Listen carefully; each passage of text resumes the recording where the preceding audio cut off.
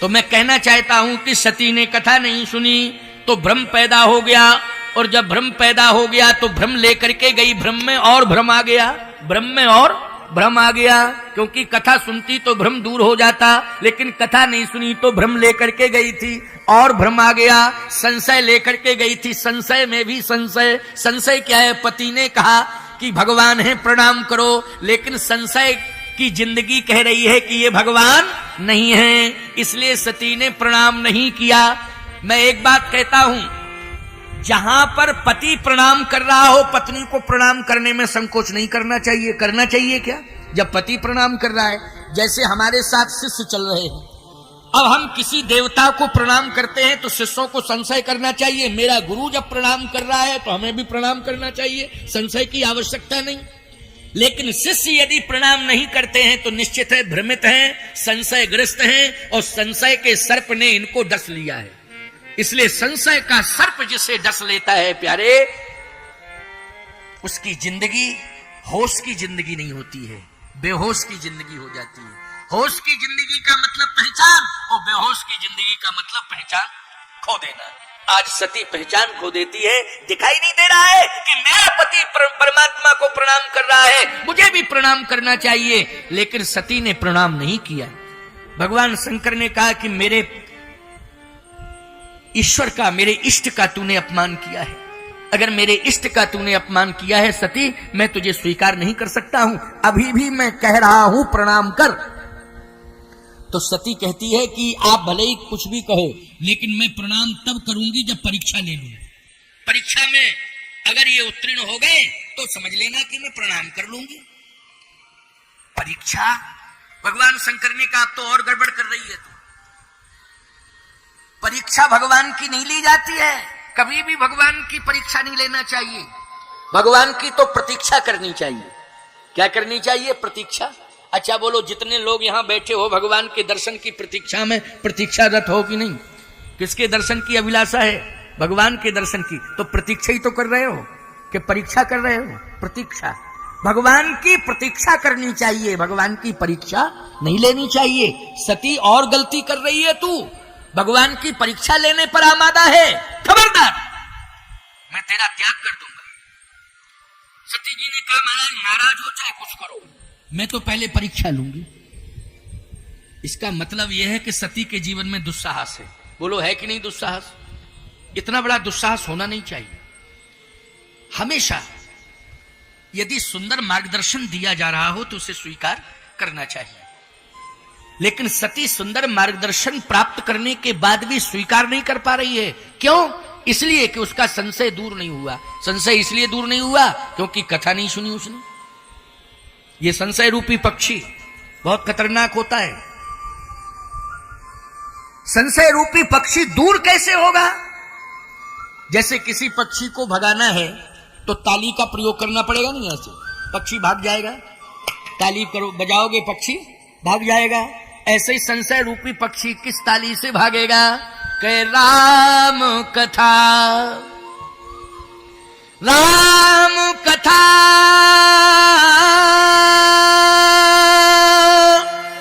सुंदर करतारी,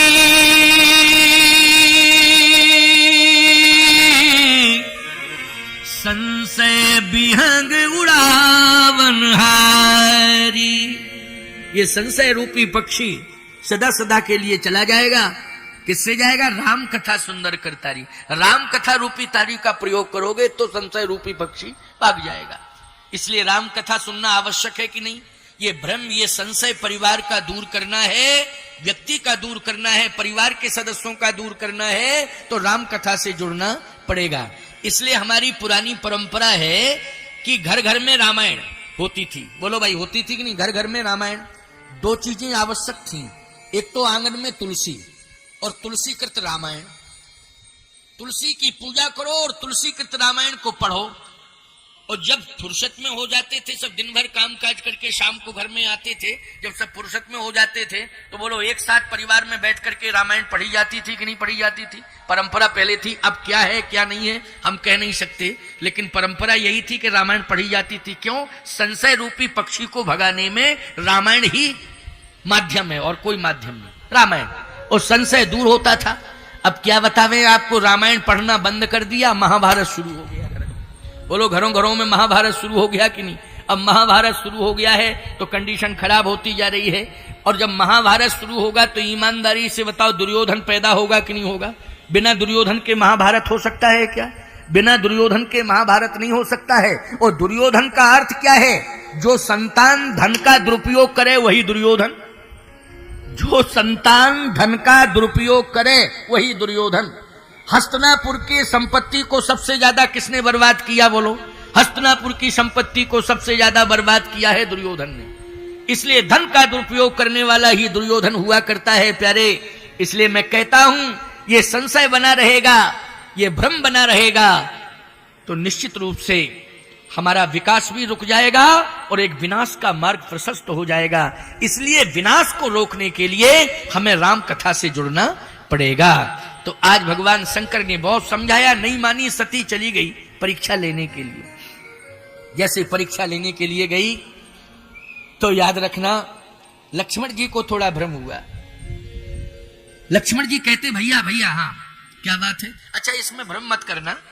लोग कहते हैं महाराज अभी तो शंकर जी कथा सुन के आ रहे हैं और सती जी साथ में है, अभी पार्वती तो आई ही नहीं है और राम जी का वनवास, क्योंकि भगवान शिव के विवाह के बाद ही राम जी का जन्म हुआ है।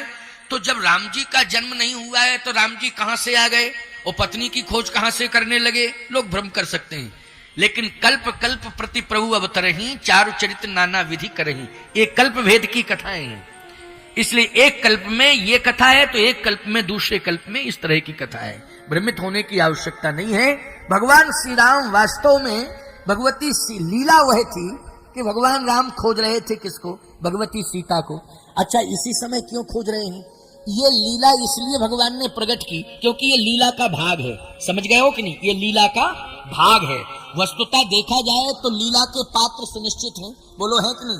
जैसे लीला हो रही हो तो लीला के पात्र सुनिश्चित हुआ करते हैं, लेकिन किसी एक विशेष लीला को दिखाना होता है तो आगे पीछे करके दिखा दी। जैसे हरिश्चंद्र नाटक दिखाना है तो हरिश्चंद्र वाला ही दृश्य प्रस्तुत कर दिया जाता है। अब इसमें यह प्रश्न नहीं होना चाहिए कि ये चरित्र बीच में कहां से आ गया। नहीं, ये तो सती जी के भ्रम को दूर करने के लिए भगवान ने ये लीला की है। इसने लीला का वो भाग प्रस्तुत कर दिया है जिसमें सीता का हरण हुआ है।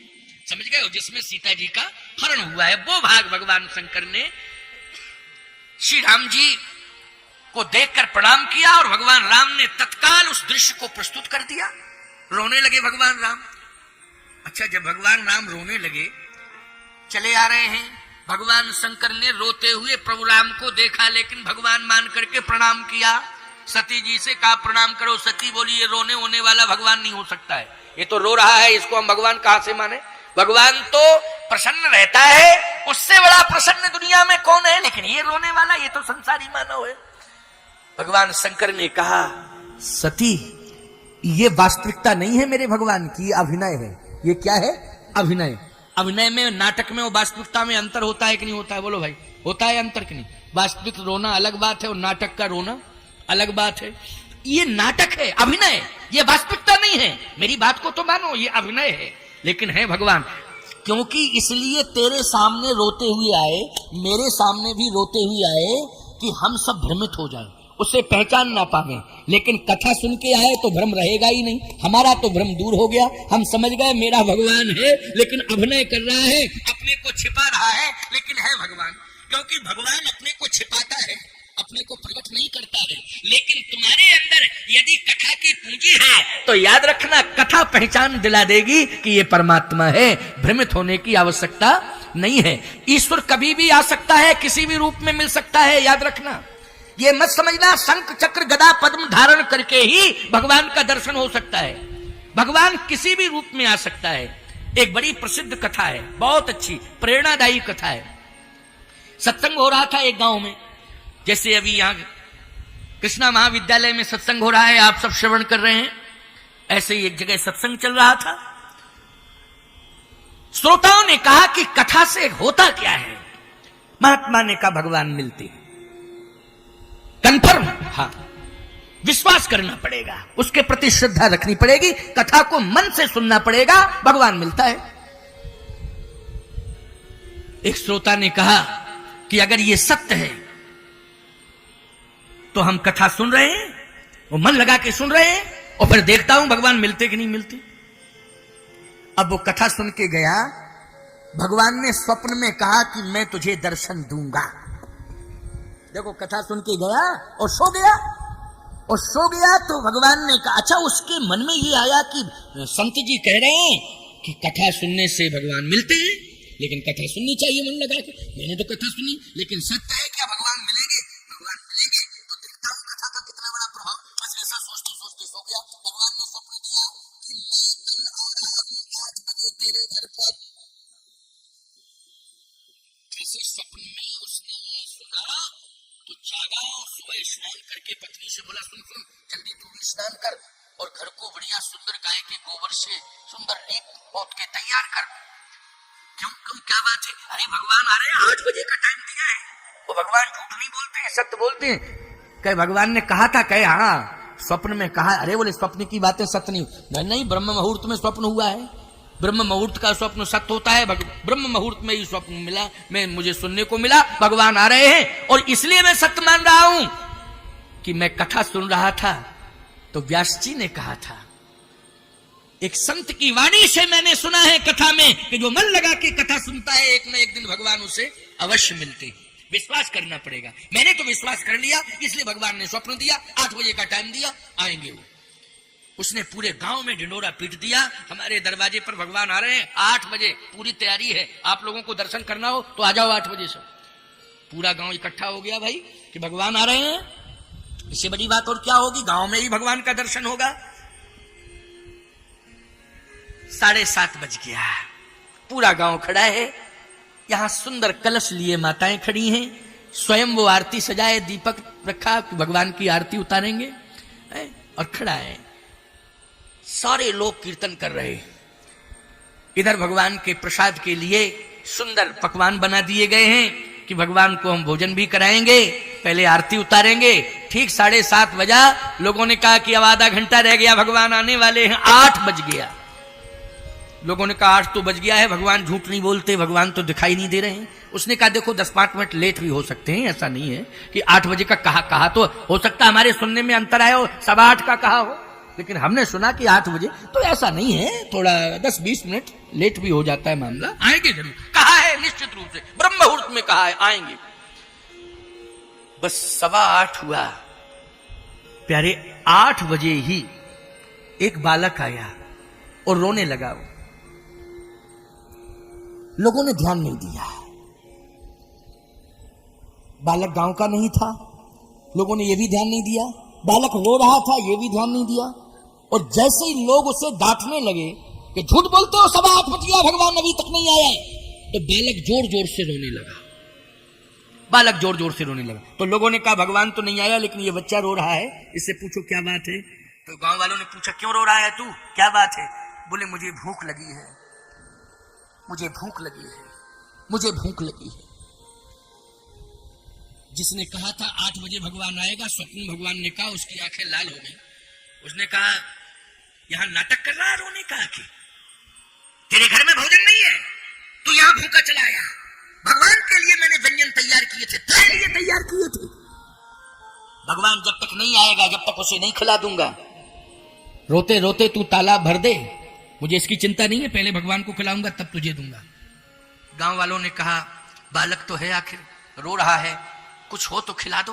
कहे तुम अपने घर में ले जाओ ना, खिलाओ ना, हम तो भगवान के लिए व्यंजन तैयार किए हैं। बस रोते रोते वो बालक चला गया। गांव वाले भी चले गए और कहा तू झूठा है, झूठा प्रचार करता है, बड़ा भक्त बनता फिरता है, बहुत ढिंडोरा पीटता है। अब आए बाएं साएं बकने लगा वो साहब अंदर जाके। क्या बतावें, कथा में कहा था संत जी ने भगवान मिलते हैं, कथा से मिलते हैं, स्वप्न भी आया, इसलिए मैंने विश्वास कर दिया, मेरी तो इज्जत चली गई पूरे गांव। इतने में 12 बजे एक बूढ़ा आ गया और रोते हुए कहता है मैं भूखा हूं, मुझे भोजन दे दो। दौड़ा, ललकारा उसने, निकल जाओ यहां से। मेरा ही दरवाजा मिला तुम्हें भोजन के लिए, गांव में और कोई दरवाजा नहीं है, कहीं भी मांग करके खा लो। वो बूढ़ा रोता रोता चला गया। पत्नी से विवाद शुरू हो गया साहब। न जाने पत्नी क्या क्या कहने लगी, तुम्हारी बुद्धि खराब हो गई, पता नहीं तुमको क्या हो गया। सावधान। शाम को एक वृद्ध महिला आई, उसने भी रोके, कहा दिन भर हो गया मुझे भोजन मांगते मांगते, अगर भोजन नहीं करा सकते हो तो एक गिलास पानी पिला दो। पानी तो पिला ही सकते हो, मैं प्यासी भी हूं, भूखे भी हूं, लेकिन भोजन नहीं दे सकते हो, एक गिलास पानी पिला दो। उसने दुत्कार दिया कि गांव में किसी का घर नहीं है पानी के लिए, मेरा ही घर है पानी के लिए, किसी के घर में पानी पी ले, जा यहां से। उस वृद्धा को भी भगा दिया, वृद्ध को भी दुत्कार दिया, बालक को भी दुत्कार दिया। रात में सो गया। भगवान ने फिर स्वप्न दिया, मूर्ख,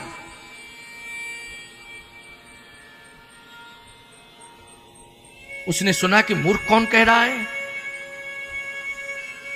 भगवान ने कहा कि मैं भगवान बोल रहा हूं, जिसको तू भगवान मानता है, विश्वास करता है, वही भगवदीय वाणी है।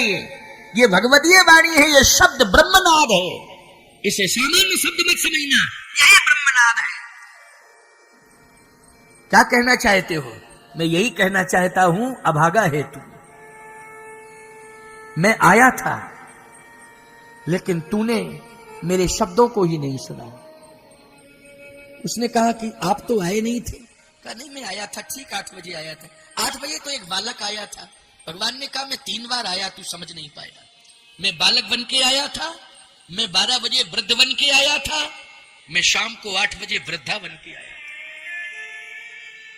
3 स्वरूप लेकर के मैं तेरे दरवाजे पर आया था, लेकिन तूने पहचाना नहीं। तू ये समझता था कि शंख चक्र गदा पद्म लेकर के आ जाए हम, गरुड़ पर बैठ करके तेरे दरवाजे पर आ जाए। मैं किसी भी रूप में आ सकता हूं। बालक के रूप में मैं ही था, वृद्ध के रूप में मैं ही था, वृद्धा के रूप में मैं ही था। जो बालक और वृद्धों में भगवान का दर्शन नहीं करते हैं, उन्हें मैं कभी दर्शन नहीं देता हूं। इसलिए बूढ़ों में, बच्चों में भगवान का दर्शन करना चाहिए। इनको भूखे प्यासे नहीं रखना चाहिए। बालक रो रहा हो, उसकी सुनो, समझो क्या परिस्थिति है। कोई बूढ़ा रो रहा हो, उसकी सुनो, समझो क्या परिस्थिति है, समाधान करो। यदि बालक और बूढ़ों को, 2 को संतुष्ट कर दिया आपने, तो भगवान अपने आप संतुष्ट हो जाएगा। अर्थ समझ में आ गया कि नहीं आ गया? भगवान अपने आप संतुष्ट हो जाएगा। फिर अलग से भगवान को प्रसन्न, भगवान किसी पदार्थ का भूखा नहीं है, भगवान सम्मान का भूखा नहीं है। भगवान तो केवल ये देखना चाहता है कि आपका भाव क्या है, आपका भाव क्या है। तो भाव आपका कैसे बनेगा? वृद्धों के सम्मान के प्रति, बच्चों को स्नेह देने के प्रति भाव कैसे बनेगा? बच्चों को प्यार देना चाहिए, वृद्धों का सम्मान करना चाहिए। बोलो, ये राम कथा का मंच ही आपको आदेशित कर रहा है कि नहीं कर रहा है? ये कथा से मंच जोड़ रहा है, आपको संस्कार दे रहा है, शिक्षा दे रहा है। इसलिए वृद्धों का सम्मान होना चाहिए और बच्चों को प्यार मिलना चाहिए। बच्चों को प्यार मिलेगा, वृद्धों को सम्मान मिलेगा, भगवान अपने आप प्रसन्न हो जाएगा। सती, ये लीला है, अभिनय है, इसलिए रो रहा है, ये मत समझना। देखो, बालक रो रहा था, लेकिन हल्के में ले लिया कि नहीं, कि ये तो रोते रोते आया, भूखा है भूखा है। अरे ये अभिनय था, भगवान का क्या था? अभिनय था। लेकिन हमें विश्वास करना चाहिए था। बालक को हम भोजन दे देते, वृद्धा को, वृद्ध को, इन सबको हम भोजन दे देते, इनका सम्मान कर देते, बच्चे को प्यार दे देते, तो बोलो सफलता मिल जाती कि नहीं मिल जाती? भगवान प्रकट हो जाता कि नहीं हो जाता? बोलो, उसी समय भगवान बालक में ही प्रकट हो जाता, वृद्ध में ही प्रकट हो जाता भगवान। सती, विश्वास कर तू, भगवान अभी प्रकट हो जाएगा। तू प्रणाम तो कर, नहीं किया प्रणाम, परीक्षा लेने चली गई। और यही हुआ कि भगवान राम समझ गए, वो हंसते हुए बोले, विपिन अकेली फिरो, अकेली अकेली क्यों घूम रही हो वन में? क्या भोले बाबा नहीं है? कहां रह गए भोले बाबा? कहां छोड़ के चली आई? अकेली क्यों घूम रही? सावधान। सती समझ गई, मैंने सीता का भेष बनाया, सती कीन सीता कर भेषा, मैंने सीता का भेष बनाया, लेकिन ये पहचान गए कि ये सीता नहीं सती है। इसलिए विपिन अकेली फिरे कि नहीं है, तू वन में अकेली कैसे घूम रही हो? भोले बाबा कहाँ हैं? बार बार कह रहे हैं भगवान राम सती से, और सती सीता जी का भेष बनाए थी। अब सती को शर्म लगी और सती भागी। सती, इधर शंकर जी ने आंख बंद कर ली। शायद क्यों? सती ने आंख बंद कर ली, भगवान शंकर ने आंख बंद कर ली कि अब मैं सती को देखना नहीं चाहता हूं, क्योंकि सती ने मेरे इष्ट का अपमान किया है, इसलिए शिव ने आंख बंद कर ली। अब मैं सती को नहीं देखूंगा। सती रोते रोते आई, भगवान के चरणों में गिर पड़ी, भगवान शंकर के चरणों में गिर पड़ी। शंकर जी ने जैसे अश्रुधारा प्रवाहित हुई, भगवान शिव के चरण गीले हुए, और जैसे गीले हुए तो शिव जी की भाव समाधि लगी थी, भाव समाधिस्थ थे शंकर जी, भाव समाधि टूट गई, और जैसे भाव समाधि टूटी तो सती रो रही थी। भगवान शंकर ने कहा, सती अब रोने की जरूरत नहीं है, तू परीक्षा लेने गई थी, इसलिए मेरे इष्ट की तूने परीक्षा ली है, अब मैं तुझे स्वीकार नहीं करूंगा। सती कहती है, कछु न परीक्षा लीन गुसाई, मैं सत्य कह रही हूं, मैंने परीक्षा नहीं ली। कछु न परीक्षा लीन गुसाई, फिर गई क्यों थी? कीन प्रणाम तुम्हारे नाई, जैसे आपने प्रणाम किया, बस आपने दूर से प्रणाम किया, मैं पास में गई और प्रणाम करके लौट आई। भगवान शंकर ने कहा, ये और हो गया, झूठ बोलना सीख गई, झूठ बोलना सीख गई, झूठ बोल रही है कि मैंने परीक्षा नहीं ली, प्रणाम करके लौट आई, दूर हट। ये झूठ के संस्कार, असत्य बोलने के संस्कार तेरे जीवन में आ गए। शिव के समीप वही रह सकता है जिसके जीवन में सत्य होगा। बोलो, शिव के सानिध्य कौन प्राप्त करेगा? जिसके जीवन में सत्य होगा, और जिसने सत्य का त्याग कर दिया है, शिव ने उससे दूरियां बना ली हैं, अब मैं तुझे स्वीकार नहीं करूंगा। अब रोने लगी, बिलखने लगी। भगवान शिव ने कहा, कुछ भी सोचो, कुछ भी रो, कुछ भी कहो, मैं तुम्हें स्वीकार नहीं कर सकता हूं, इस जन्म में तो स्वीकार नहीं करूंगा, क्योंकि तूने मेरी मां का भेष बना लिया है। सावधान प्यारे, इस बात को सुनना समझना, क्योंकि प्रसंग को अब हमें थोड़ा गति पकड़ानी है। भगवान शिव का विवाह है, तो शिव पार्वती का विवाह होगा। आज की झांकी में भी आप शिव पार्वती जी का दर्शन करेंगे तो बड़ा सुंदर दर्शन मिलेगा आपको। शिव पार्वती का कथा विश्राम होगा, और आरती के पहले वो भगवान शिव और पार्वती जी के विवाह का स्वरूप आपको देखने को मिलेगा। अभी थोड़ी देर में, अभी तो 3:55 हुए हैं, मतलब 4 बजने वाले हैं। कथा 5 बजे तक होनी है, परंतु कथा 4:30 पौने 5 बजे तक होगी। 15 मिनट का समय दर्शन के लिए होगा, उसी क्रम में आरती के लिए 10 मिनट का समय, अर्थात 20 मिनट का समय दर्शन और आरती, आरती के साथ साथ फिर प्रसाद वितरण, तो वो 5 बज के कुछ मिनट हो सकते हैं। इसलिए आप लोग बहुत ही धैर्य के साथ सुन रहे हैं, क्योंकि आपकी भाव भंगिमा ये बता रही है कि आप कितने समर्पित श्रोता हैं, कितने भाव से कथा सुन रहे हैं। ये आपकी श्रद्धा भक्ति मुझे दिखाई दे रही है, और आपकी श्रद्धा भक्ति से मैं बहुत प्रभावित हूं, बहुत प्रसन्न हूं।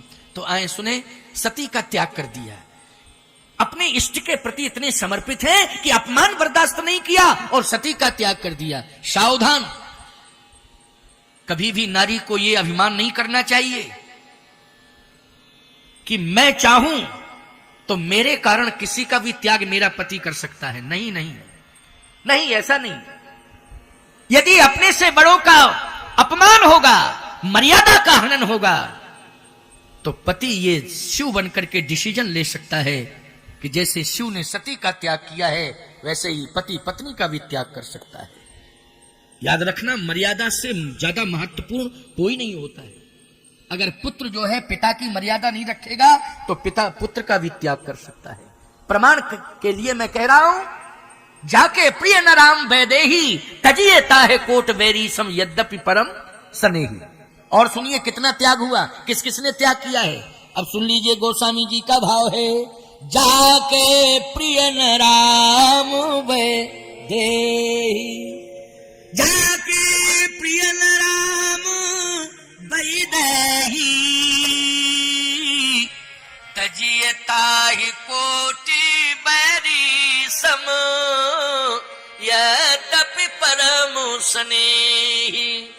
पिता तजो प्रहलाद विभीषण बंधु भरत महतारी, बंधु भरत महतारी। ओ बलि गुरु तजो कंत ब्रज बनितनि भय मुद मंगलकारी। बोलो प्रमाण है कि नहीं? ये तुलसी साहित्य का प्रमाण है, कोई मैं अपनी तरफ से नहीं बोल रही।